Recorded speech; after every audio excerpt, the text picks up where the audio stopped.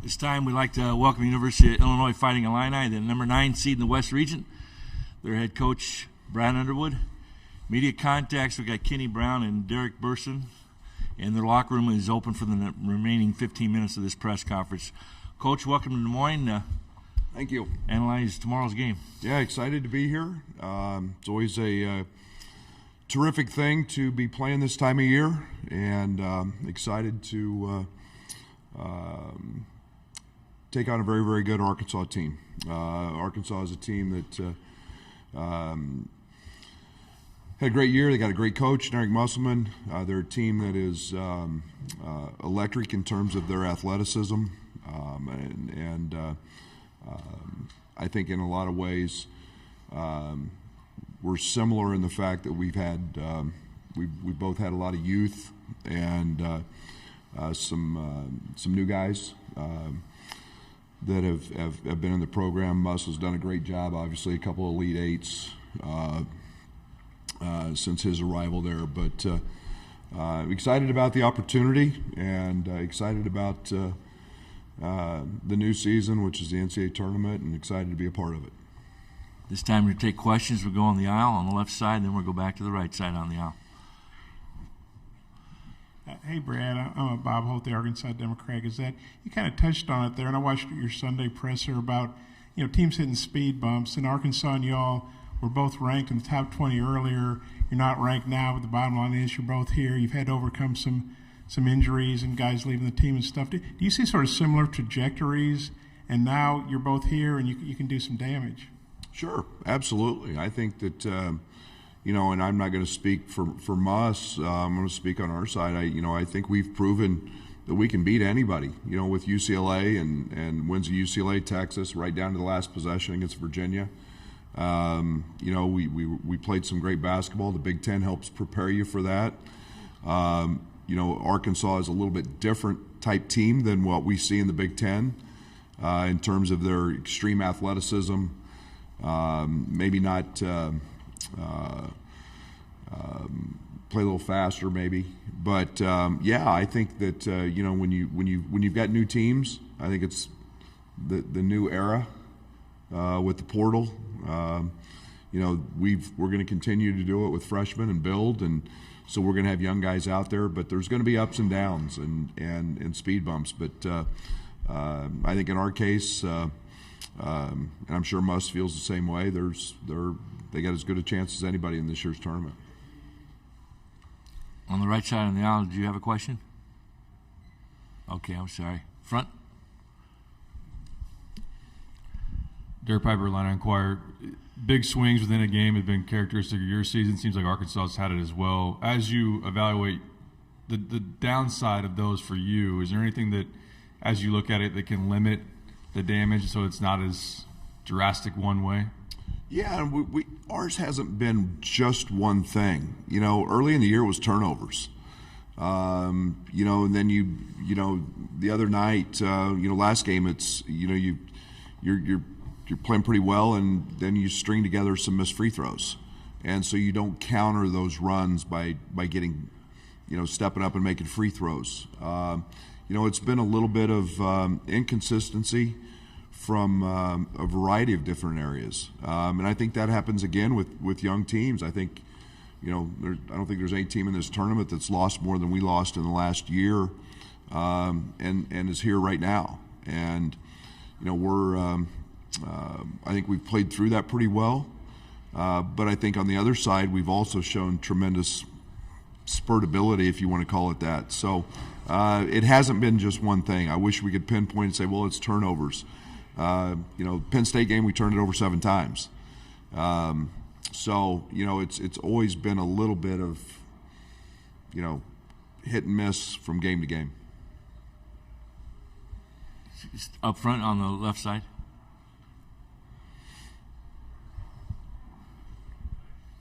Brad, I guess since last Thursday night or Friday, what's kind of been the focus or the approach, the vibe, whatever, just to get ready for tomorrow? Yeah, belief. You got to believe you can win. You got to come here, and it's 0-0. Everything that you do to this point is to get you to this point. And the 20-game grind of a Big Ten season and sellout crowds in every venue and the familiarity is now completely different. We're in the NCAA tournament, and it's a new team. It's a different team. It's a different style. It's a different name we don't hear every time we turn on a TV. And there's, I think, this sense of excitement with that. I also want our players to understand that you've got to enjoy this moment. And I know one thing, growing up the way I grew up in this profession, I sure don't take this for granted. And I don't want our players to do that. I want them to enjoy it. But, I've kind of used the term let your hair down and let's go play. And we've talked a lot about that. Steve Greenberg, Chicago Sun-Times. Hi, Brad. Going to ask you about what you just said. The letting their hair down department, has that been a little bit hard for this group to do? Has that been part of the puzzle? And for that matter, for you as well, has this been an enjoyable season like the last couple? Well, I love this team. I've said it many times. The character on our team is high level. We've got extremely high level people in that locker room and guys who care, and I think it's part of our DNA is guys from winning programs and winning cultures, and that's very evident. It's never very easy to come together in a quick amount of time, and we didn't have Matt all summer. That becomes more challenging. You miss that. You're working on team building stuff. I think the other piece to this that you don't let your hair down, so to speak, in the middle of conference play. I mean, in January, it's hard. It is a grind. You have a different energy sometimes when you play a UCLA in Vegas in a non-league game, or in Texas in Madison Square Garden than you do playing a league game on the road in January. It's just a different vibe, and that's just being very honest. Now it's kind of loose, and it's win or go home, and we're trying to. This team has a great personality to handle that, and I really believe that. Coach, we're going to go to the back row in the corner there on the right. Hey, Brad. Eric Olson with the Associated Press. Wanted to ask you, you've been longtime friends with Bill Self, who's here, of course. And I know you spoke on your radio show, I believe, a little bit about him when the news came about his heart procedure. Are you surprised that he's here and able to coach? Does that surprise you at all that he's able to do it? No, because I known Bill since high school. We've obviously got a long history. He played at Oklahoma State. I took a visit to Oklahoma State. He took me out on my visit, which we'll keep all those details quiet. But I also know how tough he is. I know what a competitor he is. I also know how important it is for him to be here for his players and his coaches, what his program has stood for and all the success. And I don't want to speak for Bill.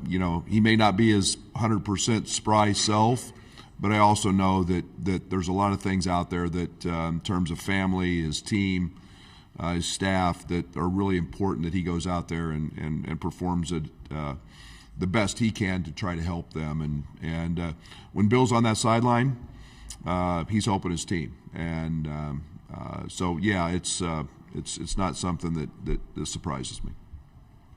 Staying on the right side.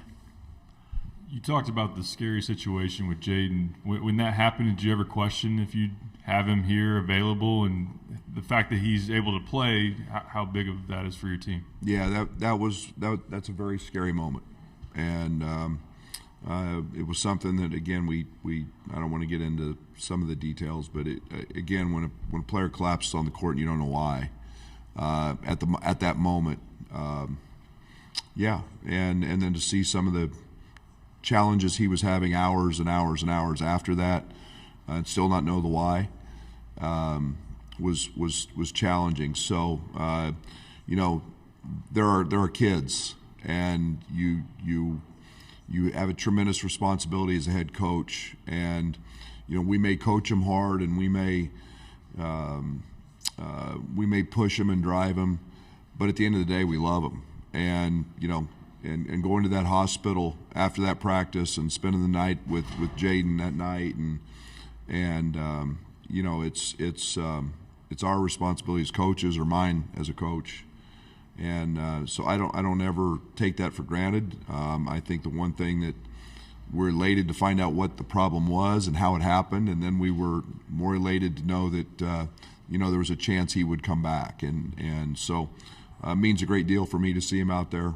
He's a terrific young person and great family, and So from all that aside, the basketball side, there's no doubt he helps us. He's a 10-point-a-game guy and has been through a lot of battles.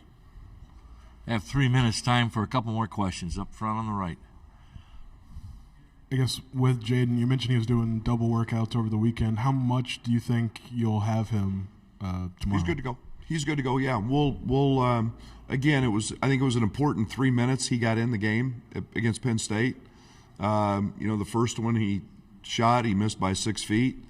The next one he made. So it was good for him to get a little of that adrenaline from a game out there, because he had not practiced. He'd just been through a shoot around. So just to get conditioning back, feel the emotion of a game was important as we head into the NCAA tournament here. Question on the left, on the aisle. Yeah, Brad, Bob Oldrick, Arkansas Democrat Gazette. Anthony Black and Nick Smith, they're projected lottery picks in most mock drafts. You see, what do you think of those two guys? And they're obviously young, but they're really talented. What's your take on those two and the challenges that they present? Yeah, I mean, Nick is outstanding scorer, outstanding shooter. He's a capable guy of getting 20 every night he steps on the court. And he can do it in a variety of ways. He can do it off catch and shoots. He can do it off the bounce. They're going to put you in ball screens. And Anthony is one of those guys that does it in so many different ways. He's got the length, the size, downhill. He can overpower you at the rim with that length. He's got just uncanny quick hands and can bother you with steals on the defensive side. And again, he's a 6'6", 6'7", point. So they have great size on the perimeter with those two. They have great length. I think Nick has given them an offensive punch in his return that has helped them. And then you put him with Devo and the twins, and now you've got great length and athleticism. So those two are extremely talented. They're probably worthy of all their prospects and accolades, but that doesn't mean the fact we got to go out and compete against them and play extremely hard. I have a final question up here front on the left. Brad, you said that Arkansas's athleticism is, you said, a little bit different compared to what you see. Is it really just a little bit different? Is it a lot different? And when's the last time Illinois played a sort of comparably athletic team? Texas. It's probably is probably the best fit. Now I don't want to say Texas. Texas is a little bit different because Texas doesn't play a true center. I mean, the Twins are a little bit, but yeah, athletically they're very, very comparable. We don't see those lean athletes like that in terms of in terms of Black, in terms of Nick, and the pace they play is very fast, and the way they play. So it's different, no doubt. But Texas is probably the most comparable.